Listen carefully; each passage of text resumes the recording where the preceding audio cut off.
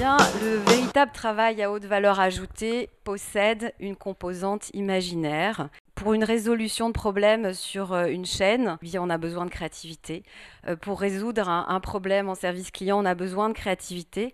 Pour trouver des astuces, pour trouver et rechercher un emploi, eh bien, il faut exercer sa créativité. La créativité est basée sur l'imagination. L'imagination est le terreau de cette créativité, la créativité est le terreau de l'innovation. Eh bien aujourd'hui, cette composante imaginaire sera la haute valeur ajoutée des profils de cet homme augmenté de demain qui aura toutes les datas à sa disposition.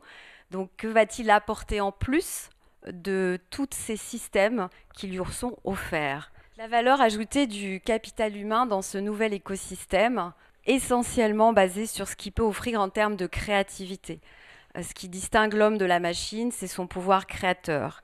C'est ce qui fait que l'humain a évolué jusqu'à présent. L'intelligence émotionnelle.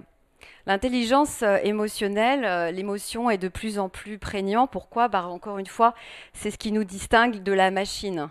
C'est ce qui nous distingue, c'est ce qui nous permet d'avoir cette empathie, aussi bien pour créer des relations satisfaisantes que pour créer des produits. Car aujourd'hui, on parle plus de produits ou de services, on parle d'expérience. Donc il est évident que lorsqu'on parle d'expérience, on parle d'émotion, on parle de tout ce qui nourrit notre corps sensoriel. Intelligence relationnelle.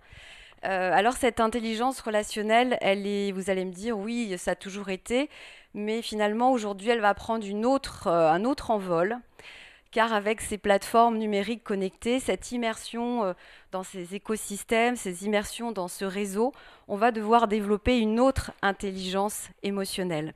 On est dans des relations transversales, on est dans une transparence en temps réel, et que va nous demander ce défi de transparence en temps réel? Eh bien, ça va nous demander une intelligence émotionnelle finalement accrue à développer.